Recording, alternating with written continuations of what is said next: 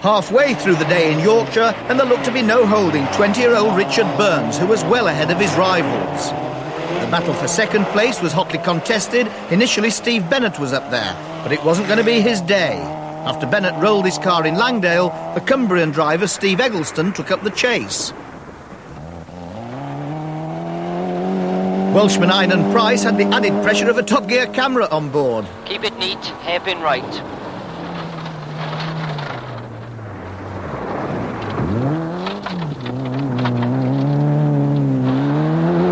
45s, left and right.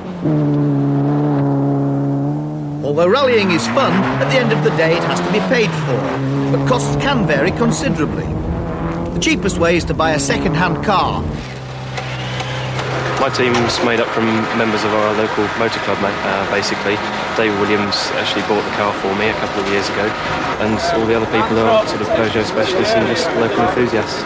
The sponsors I've got at the moment are mainly through personal contacts. I've actually written to over 100 companies, large companies in the UK, and got very negative responses from them, so it's very difficult to actually cold call people.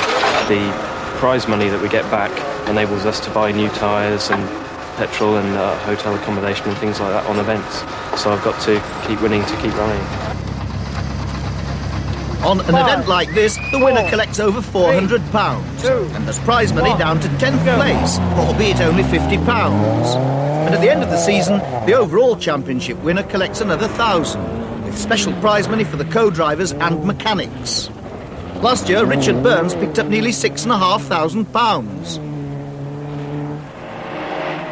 And today he was going to be in the money again.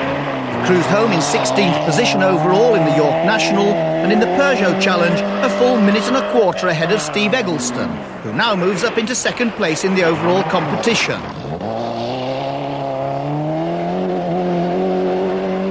Up at the top, Steve Bannister in his trusty Escort won the York National for the 4th time, despite this little performance.